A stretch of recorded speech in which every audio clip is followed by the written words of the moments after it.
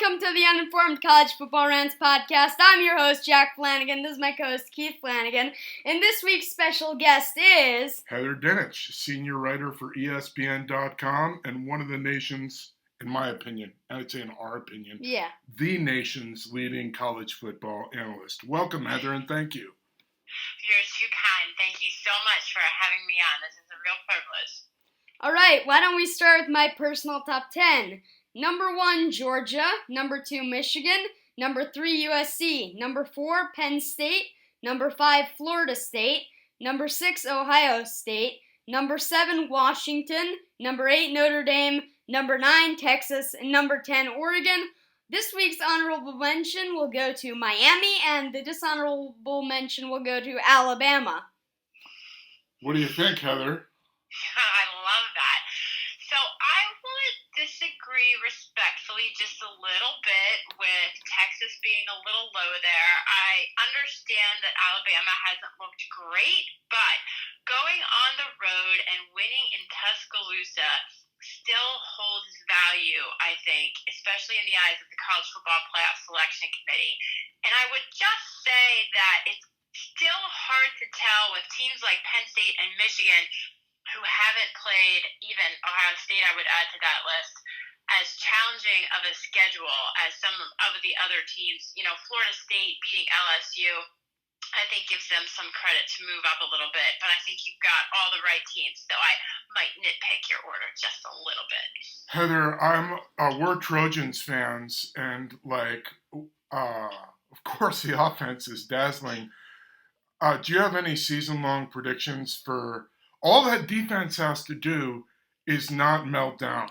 You know, it has to be okay. Do you think the USC defense can be okay enough? I think it can, and I have talked to their defensive coordinator, Alex Grinch, this offseason about being a better tackling team. One of their biggest weaknesses last year was tackling in the open field, and I think that they have zeroed in on some fundamentals. They've also got some more depth, and they've focused on their defense, obviously, in the offseason. So I think it can, but if there's one thing that we've learned from Lincoln Riley teams, it's that the offense is going to always steal the show. It's going to be good enough to get into the college football playoff, but it's not going to be good enough to win it if the defense isn't better.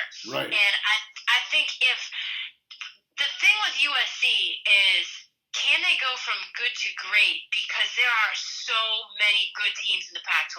The Pac-12, in my opinion, is the best conference right now from top to bottom. So can they navigate through that schedule and win at Notre Dame and at Colorado, which is suddenly a great game? And Autzon's brutal. Yeah, Autzen is brutal. I've been there. It's a fabulous place for a game.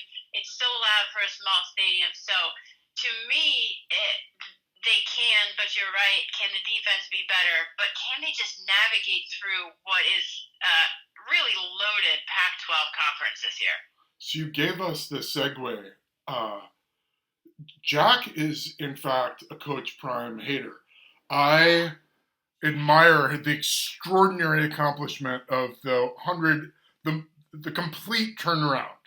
I don't think they're overrated. I know we see this weekend against Oregon. What do you think? Well, first I need to know what Jack's what rubs you the wrong way. Well, I just don't think that they've proved themselves yet. I mean, they beat TCU. Sure, they were a college football playoff team last year, but I think they had like 18 or 19 players going into the NFL draft, and that really hurt the team. Then Nebraska and Colorado State are basically D2 teams, so... Jackie, you are very astute in your observations, and I agree with you that Colorado is going to lose its next 2 games, and they haven't truly been tested yet. But on the flip side, I think they deserve credit for going on the road and beating TCU in Deion Sanders' very first game, considering all the turnover on that roster. Because you have to understand, that roster turnover was unprecedented in college football. And to do what he did in that short amount of time and add that talent Coaches I've talked to throughout college football have said there is undeniably an upgrade in talent on that roster, and we are all going to watch Colorado at Oregon and at USC because of the fact they might win that game. Right. We don't know. Right. They could win. So we're all going to watch, and I think it's a fantastic story for college football. Yeah. Okay, on to our next topic, which is whatever happened to Alabama? Why aren't they Alabama anymore?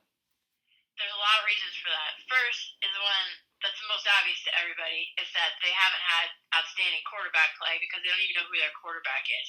But it's a deeper dive than that, and a lot of it goes to the offensive line and the poor play there, which contributes to the inability to have a consistent running game. I'm going to tell you a stat. No other team in the country in the Power 5 level has had quarterbacks take more sacks so far this year than Alabama. Wow. That's pretty big, right? They've allowed more sacks than they've thrown passes over 20 yards. Oh my So God. not only can't they throw the ball, they can't block either. Their receivers aren't getting separation. They've got penalties. I mean, it's a laundry list of And what's going on with Alabama. they're all 5 stars. How come they can't put it together? You know, because I don't think Nick Saban has made great use of the transfer portal. Huh. I certainly don't want to blame it all on their new offensive coordinator, Tommy Rees. He's got his former quarterback from Notre Dame, Tyler Buchner, on the roster.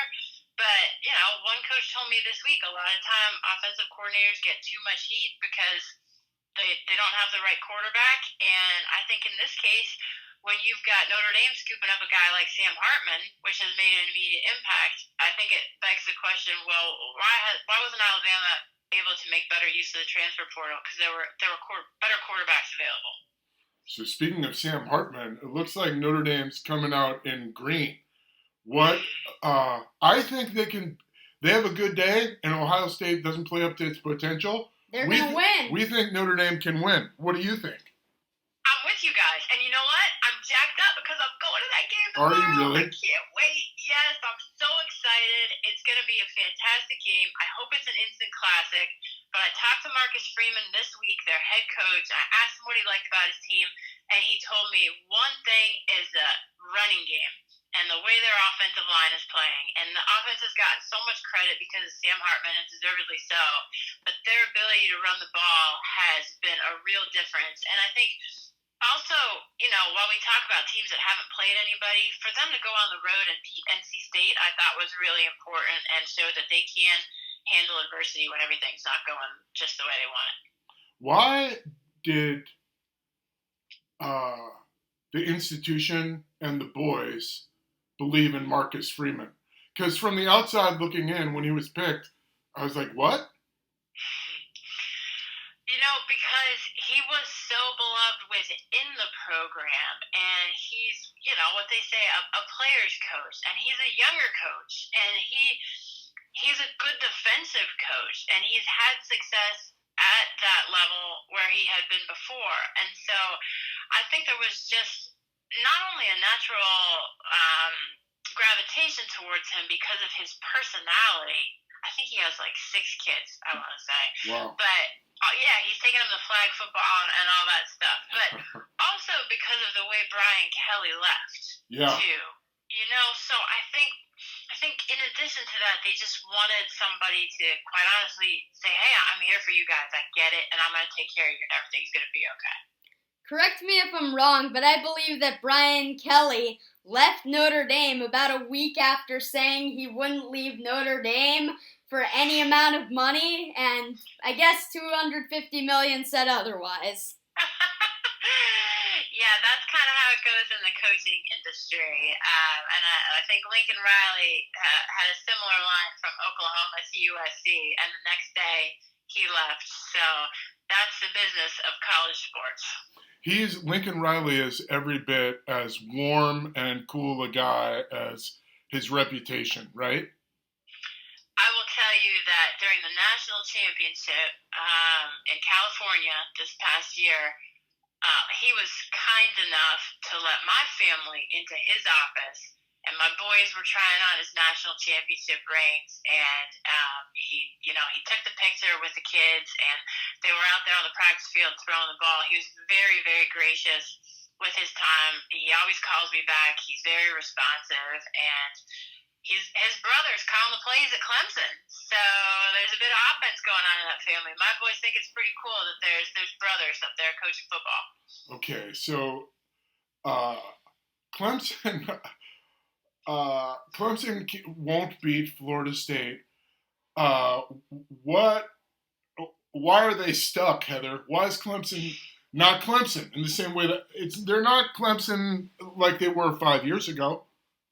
Well, because Trevor Lawrence and Deshaun Watson are off to bigger, better things. That's the main reason if we want to get down to it. I'm not so sure, though, that they're not going to beat Florida State. My preseason pick was that FSU would beat LSU, lose at Clemson, and then still win the ACC and have a shot at the top four as a one-loss ACC champ. I mean, if Florida State plays against Clemson the way they played against Boston College, they could be in big trouble. Agreed. Yeah, but if Clemson plays the way they did against Duke, they're screwed. You're 100% right. This game could go either way, I think. But Kate Klubnik, as a first-time starting quarterback, I just think deserved a little bit of a learning curve to try and work through some mistakes. And I think they're in the learning process, just like Georgia is, just like Ohio State is. That's why with all of these funky September outcomes, I tell everybody just take a deep breath and see who's making real progress week to week. Those are the teams that separate themselves between contenders and pretenders. So as for the contenders, it's too soon to tell because you haven't watched who's going to adapt and learn. But what are your CFP picks? That's a great question. Because it is so wide open and we don't know a lot about a lot of these teams. I mean, right now I have Florida State, Texas, Georgia, and I can't remember who my fourth team was this week because I did it at 1 a.m. That's what I do. I wait till all the games are over, and then we throw our top four in there. I know I'm forgetting somebody, but I think Florida State so far, even with the way they played against Boston College, has the potential for a top four team because they're a complete team. Oh, I also like Washington. Yeah. As much as we talk about USC's offense, Michael Penix Jr. is great. Totally. And they're that coach. So USC stole their or poached their athletic director, who is a super rock star, and plucked this elite coach out of, I don't want to say anonymity, but he wasn't he didn't have the pedigree. And that coach is amazing. He is. Kalen DeBoer and Michael Penix Jr. and their offensive coordinator all have experience together. They came to Washington. They were all at Indiana overlapping.